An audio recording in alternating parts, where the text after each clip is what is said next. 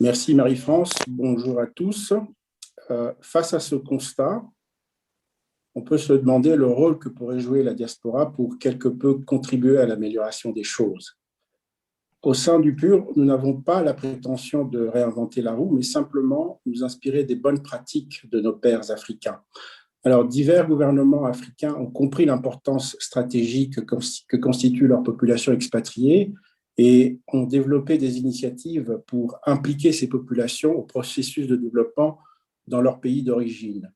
Un exemple emblématique dont nous avons tous entendu parler au courant de l'année 2019, c'est l'exemple du Ghana, avec le président Nana Akufo-Addo, qui a lancé cette initiative autour de l'année du retour. Et si l'on peut passer au slide suivant, toujours dans ce même élan, on peut voir que certains pays, encore une fois, qui ont compris, qui ont pris conscience de ces alliés que constitue leur population expatriée, ont lancé diverses initiatives qui s'articulent essentiellement autour de la création d'une véritable politique de la diaspora, que l'on peut appeler ici une politique d'engagement, qui consiste à avoir des incitations au niveau des investissements, des émissions d'instruments financiers pour attirer les fonds de la diaspora, l'octroi de la double nationalité, l'octroi du droit de vote et l'exercice pratique de ce droit de vote auprès des représentations diplomatiques extérieures, l'incitation au retour et l'accompagnement d'une main-d'œuvre qualifiée et experte dans divers domaines stratégiques. Et encore une fois, pour ne pas aller trop dans les détails par rapport au temps qui nous est imparti ici, je citerai encore une fois l'exemple du Ghana qui a revu sa politique d'engagement envers sa diaspora en 2017, est en train de travailler, si ce n'est pas encore complété, sur l'octroi de la double nationalité et le droit de vote, et a développé des instruments, notamment des instruments financiers, pour pouvoir récolter l'épargne de la diaspora, et a une ambition de lever à peu près 3 milliards de dollars pour injecter ces fonds dans des domaines comme l'agriculture, les infrastructures ou encore le tourisme. Je vais de ce pas passer la main à ma collègue Alda. Merci José. Donc, comme vous avez pu voir avec José, contrairement à ces autres pays donnés en exemple, la RDC n'a jamais défini une politique claire d'engagement pour sa diaspora. Et donc, lorsqu'on vient positionner la RDC sur des atouts clés d'engagement diaspora, le tableau est plutôt rouge, contrairement à des pays que vous pouvez voir ici en étant un peu plus dans le vert, donc le Nigeria, le Sénégal, le Ghana, le Kenya ou même la Côte d'Ivoire.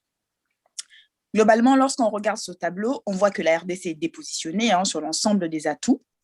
On y retrouve d'abord le premier pays de la diaspora. Alors, ce n'est pas lié directement à la RDC, mais là où part la diaspora en destination pays a un impact direct sur la capacité de contribution de cette diaspora.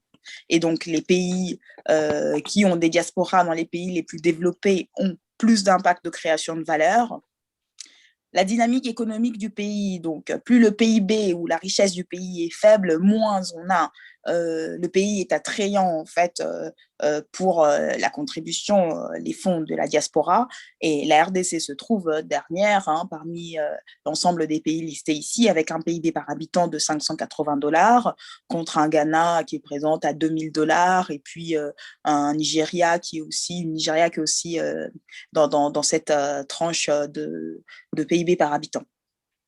Lorsqu'on regarde la facilité de faire des affaires, encore une fois, la RDC est très dépositionnée, 49e en Afrique, quasiment en dernière position, contre un Kenya, par exemple, en 4e position, ou même la Côte d'Ivoire pour la partie francophone, qui est plutôt bien positionnée.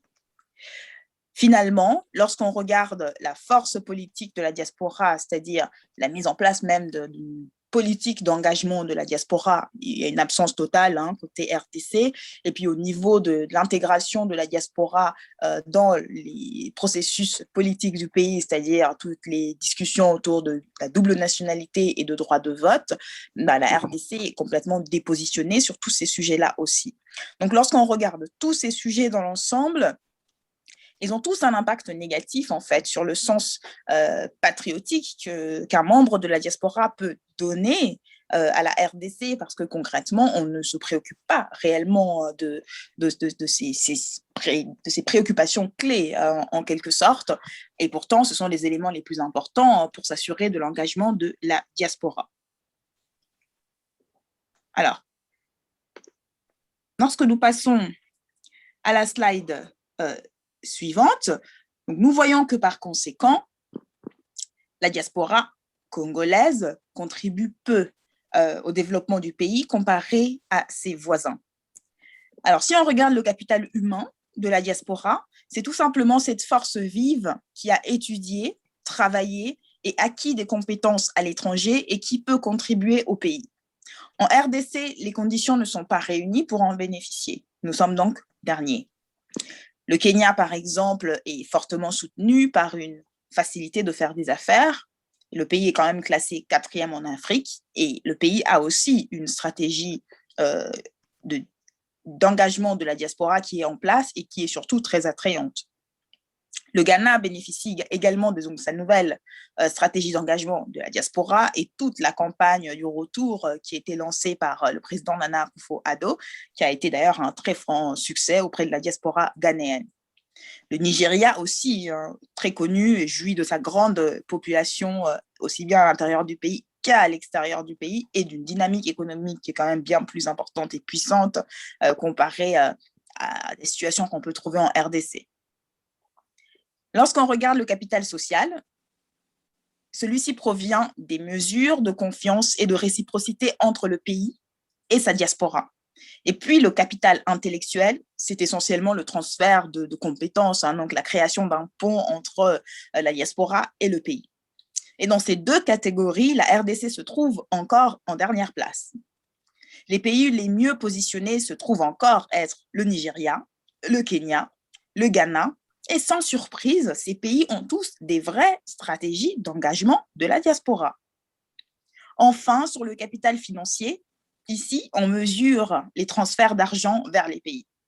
Ici, au moins, la RDC ne se trouve pas en dernière position, car chaque année, les Congolais de la diaspora envoient 2 milliards de dollars en moyenne, ce qui fait en fait environ 16 dollars reçus par Congolais par an. Ceci dit, donc, le transfert d'argent sert avant tout à acheter la paix sociale, à savoir envoyer des enfants à l'école, soutenir des mariages, des enterrements, faire vivre en fait les Congolais restés au pays. Mais nous sommes très loin de contribuer au financement de l'économie. Il y a donc des vraies opportunités à saisir dans ce sens et nous allons en parler. Cyril, merci cher Cyril. Donc, dans l'idée de ce que Cyril vient de présenter, nous lançons également une étude sur les fonds de la diaspora, donc ce qu'on appelle Diaspora Bonds ou bien les obligations de la diaspora. Mais avant de parler lancement de fonds de la diaspora, il est donc primordial de mettre en place une stratégie d'engagement de la diaspora, en fait, comme nous avions annoncé un petit peu plus haut. Nous avons fait ici un exercice d'analyse stratégique des relations diaspora-pays. Donc, nous avons identifié des forces qui sont à renforcer, des faiblesses qui sont à éliminer, des opportunités à saisir, ainsi que des menaces que la relation RDC-diaspora doit absolument éviter. Au niveau des forces, la population est importante, est estimée parfois à 16 millions de personnes. Elle aime son pays, ce qu'elle prouve déjà chaque année en contribuant de façon assez importante à l'achat de la paix sociale avec ses 2 milliards de dollars par an. Mais de l'autre côté, cette diaspora a quand même quelques faiblesses qui sont à éliminer. Nous connaissons tous que la diaspora manque d'organisation. À titre d'exemple, on voit chez nos voisins sénégalais des mouvements associatifs de la diaspora qui sont en place et qui pilotent des projets de développement dans le pays. Qu'est-ce qui manque concrètement chez nous pour nous lancer dans ce sens? La diaspora est également méconnue par la RDC. Maintenant, on entre plus dans les prérogatives de nos gouvernants. Qui sommes-nous, en fait, en tant que diaspora? Nous ne sommes ni recensés, le pays ne connaît pas nos compétences et nous sommes un petit peu éparpillés partout dans le monde. La diaspora est également mécontente parce que peu de solutions sont apportées à ces préoccupations clés, à savoir lorsqu'on parle de double nationalité, le gouvernement fait la sourde oreille, le droit de vote, les solutions pour investir dans le pays, les conditions de retour ou encore la réduction de tracas administratifs de tout genre. Il y a aussi toutefois des opportunités à saisir auprès de cette diaspora, en dehors du transfert d'argent que nous connaissons tous. Et c'est donc dans ce cadre en fait, que nous allons parler de la Diaspora Bond, qui en fait totalement partie. Et enfin, il y a quelques risques qui sont à éviter, qu'on a ici identifiés dans l'ordre de 2. Donc, d'un côté, les risques qui proviennent de la RDC, c'est-à-dire les transferts d'argent créent quand même une certaine dépendance de la population qui reçoit, et donc peut-être du coup un frein en fait au développement économique et faire exactement l'inverse de ce que c'est censé faire. Et puis de l'autre côté, la jeunesse de la diaspora se désolidarise de plus en plus de ce pays qui ne s'occupe pas d'elle, ni de la jeunesse, ni de la population congolaise, de la diaspora d'ailleurs. Et donc, il y a un vrai besoin criant de mettre la jeunesse au centre d'une stratégie d'engagement de la diaspora. Une fois qu'on a identifié ces stratégies d'engagement, alors comment ça peut se transposer pour pouvoir capitaliser de l'ensemble des capitaux qu'on a vu plus haut de la diaspora, à savoir le capital humain, le capital social, le capital intellectuel et le capital financier. Donc, que pouvons-nous faire à ce niveau? Et donc là, on vient tout simplement avec des idées concrètes, des choses qui peuvent être mises en place, et surtout, ce sont des choses, des best practices, en fait, qui sont déjà en place dans plusieurs pays africains qui ont des vraies stratégies d'engagement de la diaspora. Donc, vous pensez Ghana, Kenya, Nigeria, Rwanda et bien d'autres pays. Donc, au niveau du capital humain, que peut faire la RDC? Eh bien, il y a une possibilité de mettre en place des stages d'excellence, par exemple, pour les jeunes diplômés, des programmes d'excellence pour la diaspora hautement qualifiée, des programmes de visite de l'écosystème congolais, que ce soit des entreprises publiques, des entreprises privées, des universités, dans l'idée de favoriser le retour de la main-d'œuvre qualifiée vers la RDC. Que peut la RDC faire au niveau du capital social? Nous avons un réseau qui est global, les Congolais sont un petit peu partout, et il y a moyen de créer de la valeur à partir de ces Congolais un peu partout. Que peut faire la RDC dans ce sens? Eh bien, il y a une possibilité de se lancer dans des centres de networking de la diaspora un petit peu partout où elle se trouve. Donc, on peut essayer de faire en sorte que lorsque la diaspora est dans le pays, on la rencontre et qu'on network avec elle. Mais il y a aussi des centres ici, donc des maisons de la diaspora qui existent partout où nous nous trouvons, c'est-à-dire des ambassades, et là aussi, nous pouvons mettre ça en place. Communiquer de façon efficiente, efficace et ciblée avec la diaspora. Et il y a Internet pour faire beaucoup de choses dans ce sens. Nous pouvons également inciter la diaspora à la philanthropie, toujours pareil, à travers des dîners de gala, de collecte de fonds, dans les ambassades, peut faire des actions sur Internet, directement dans le pays, mais réellement engager la diaspora. Au niveau du capital intellectuel, que pouvons-nous faire? Eh bien, identifier la diaspora hautement qualifiée pour opérationnaliser le transfert de compétences. Et concrètement, cela peut passer par des séances de networking ciblées par industrie, par exemple. Ça peut se passer au pays, mais également au sein de la diaspora, donc toujours et avant tout la maison de la diaspora, à savoir les ambassades. Ou encore la promotion du leadership congolais de la diaspora. Pourquoi ne pas mettre en place des médailles de mérite? Plein de pays ont ça en place. Pourquoi ne pas inviter ce leadership à Kinshasa pour des colloques, pour enseigner ou encore pour des séances de réflexion dans les ambassades? Et enfin, le capital financier. Nous devons créer de la valeur au-delà du transfert d'argent pour financer l'économie. Et c'est là que la Diaspora Bond entre donc en jeu. Et je vais laisser la parole à José pour vous présenter cela. Merci Alda. Alors, l'instrument que constituent les obligations de diaspora, on peut appeler ça comme un instrument de financement alternatif. C'est-à-dire que c'est utilisé en dehors des modes de financement classiques. Dans le cas de la RDC, on sait que la RDC se finance souvent obtient des financements auprès des bailleurs de fonds internationaux. À ce jour, la RDC ne s'est jamais présentée sur les marchés des capitaux. Je sais que les divers gouvernements ont travaillé pour pouvoir atteindre un état où ils pouvaient émettre des obligations au niveau international et ainsi récolter des fonds à ce niveau-là. Mais bon, ça ne s'est pas encore fait. Donc là, cet instrument-ci, comme Alda vient de le mentionner, ce sont des recettes qui ont déjà été appliquées ailleurs en Afrique et qui se sont révélées être fructueuses. Les mécanismes de cet instrument sont basés sur une crédibilité des autorités nationales et des prérequis de bonne gouvernance. Après tout, l'épargnant congolais de la diaspora est un investisseur comme un autre. Donc, c'est-à-dire qu'il va évaluer le ratio risque-bénéfice avant d'investir. Et dans l'état actuel de la gouvernance de notre pays et des performances économiques,